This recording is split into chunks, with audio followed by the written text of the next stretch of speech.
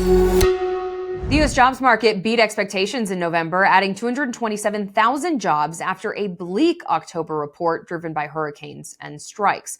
At the same time, the unemployment rate ticked up to 4.2% from 4.1% in October, according to Labor Department data. Payroll employment has averaged 186,000 jobs added per month over the last year. While November's numbers beat the 12-month average, my guest says it's not as impressive as it looks. I think this is a pretty ho-hum labor market. I'm Guy Berger. I'm Director of Economic Research at the Burning Glass Institute, and I spent a lot of time looking at the macroeconomy and at labor markets.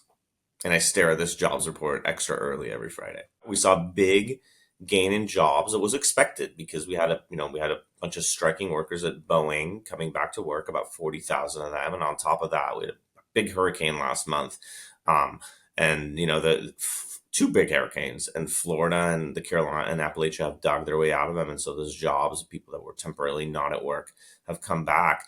That's not surprising, but like you abstract from that noise of all those people coming back to work, and the monthly job gains are probably not very impressive right now.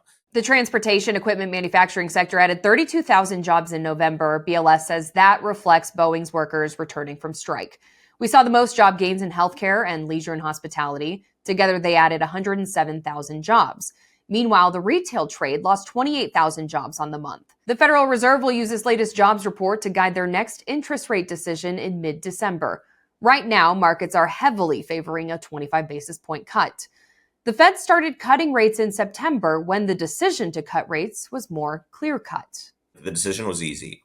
The job market was cooling and inflation was moderating. So it's easy in that situation. What do? You lower interest rates. Since then, what's happened is the unemployment rate's still moving upward a little bit, though less than they expected. And inflation's gone up more than they expected. So I think on balance, it sort of says, well, we probably shouldn't reduce interest rates as much. The situation today is a little less clear. On top of November's jobs report, the Fed will also get another inflation reading before making its decision December 18th. For Straight Air News, I'm Simone Del Rosario.